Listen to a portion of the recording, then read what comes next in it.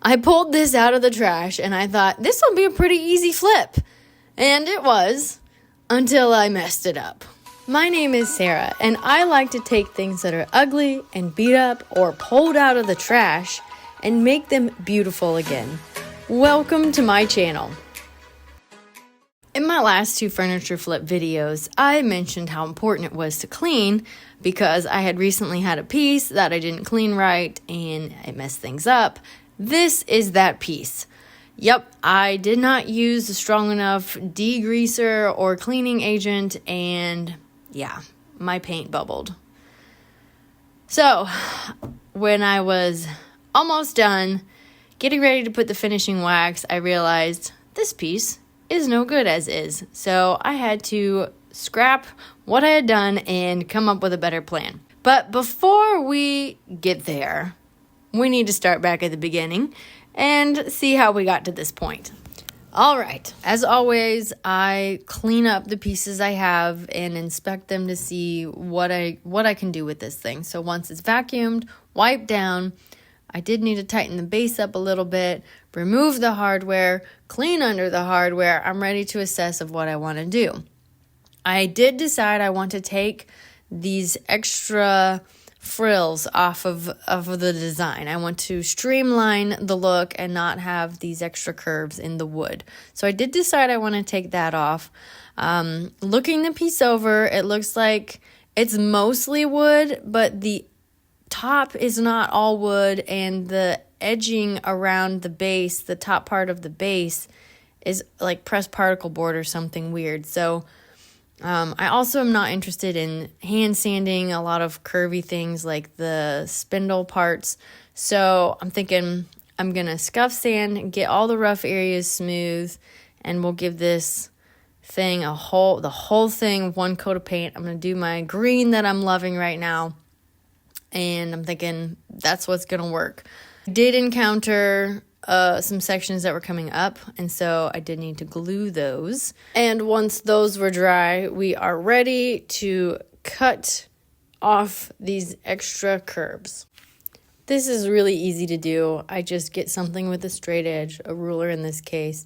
I mark a straight line, and then I get my jigsaw and I cut a straight line. And then once I go through and cut all the things off that I want cut off, I come back with my sander and I just smooth out the areas that I cut off. And sometimes I need to use a large grit sandpaper if my cut's not very good, and then I'll come back with a higher grit sandpaper to smooth it out, and then it's ready to go.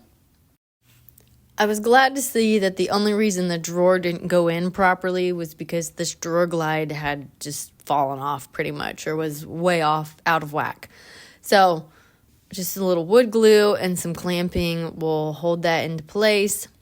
You know, all these things are things you have to think about when working on a project, because the glue needs clamped for ideally overnight. So things that it's simple, but it can make your project take days because stuff needs time to dry. This is made by Peter's Revington Company.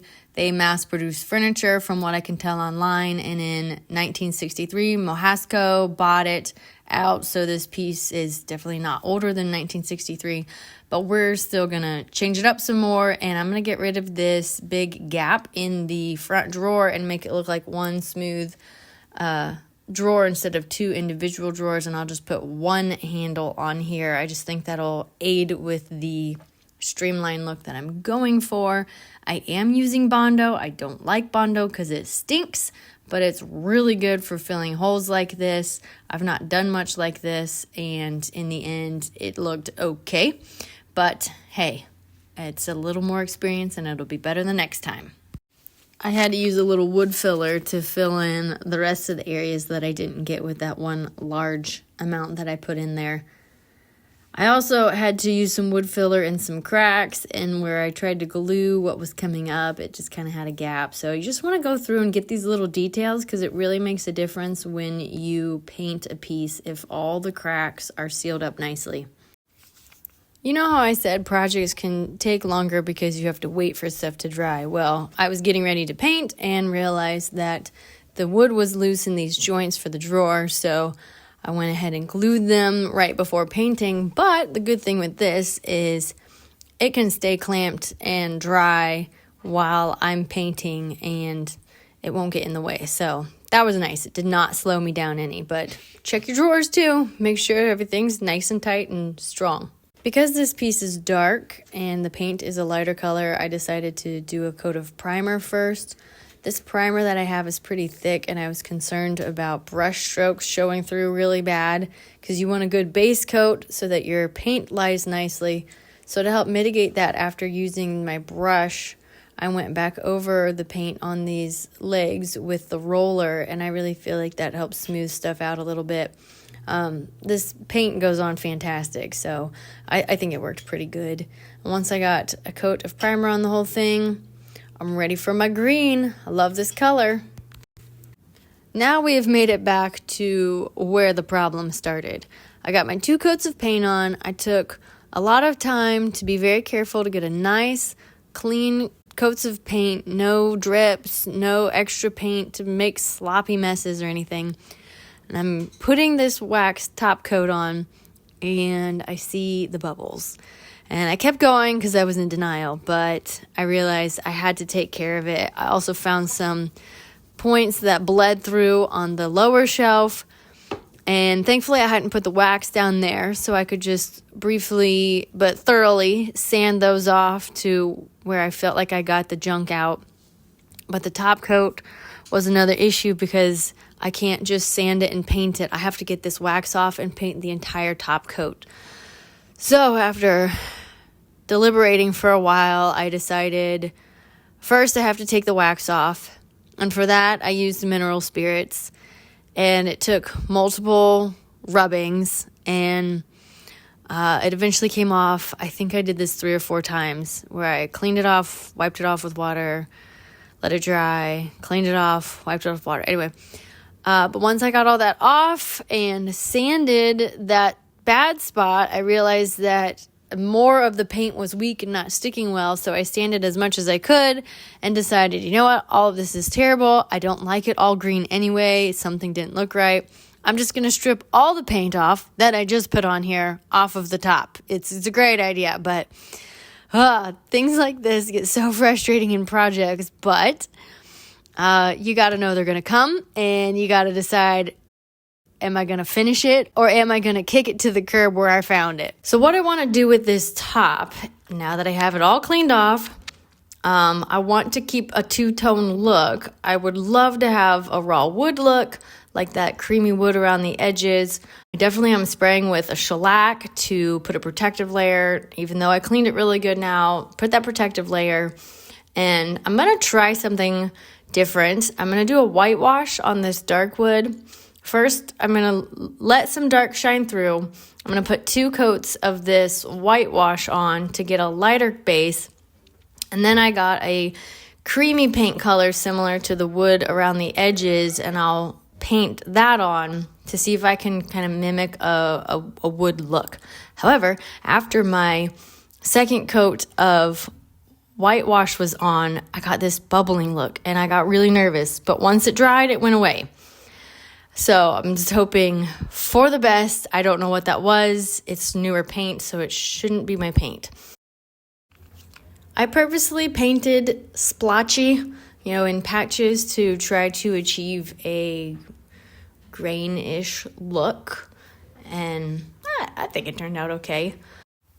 Now for those spots on the base, I sprayed shellac over them after sanding them down really good so that nothing could bubble up again. I tried trying to lightly paint the area and then the whole base, but then once it dried, I went back and I found all these little bumps and stuff that I had to sand off. So I actually had to go back and repaint another coat on that bottom base again, and finally I was satisfied with it, and it was nice and smooth. As I'm looking at this video, I just chuckle. If you are thinking about getting into furniture flipping, you might watch my videos and think, yeah, no way. There's always something going wrong, and it does, but the end product is really rewarding, so I still keep doing it. So I'm just laughing at myself here. So at this point, I'm almost done. I just need to put my wax on my drawer front and the whole piece, but while that's drying, I'm going to wax the drawer front. I put the wax on, kind of buff it on, and then get a lint-free rag and buff it off to get a nice light matte shine. And then I need to measure the center. I'm going to do just a knob and get that hole drilled. Super simple. I think some people use painter's tape. I just go slow, and sometimes I splinter a little, sometimes it's fine. So once I have that done, get the hardware on, I test the drawer, and this is where I facepalm again.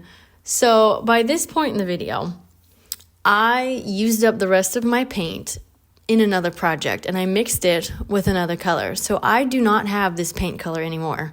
And I put this drawer in, and you can see the brown underneath it. I did not paint around this drawer frame correctly. And I put this project away actually for a few weeks because I didn't know what I was going to do with that. And this is why this was a problem. I ordered this online, and this little jar is $7-8, and it's like $9 shipping. So to finish this project, I have to spend another $17-18 just to get this done. And I just think, I don't want to do this. This is dumb. This is dumb. However, I have another project that is probably going to need the same paint.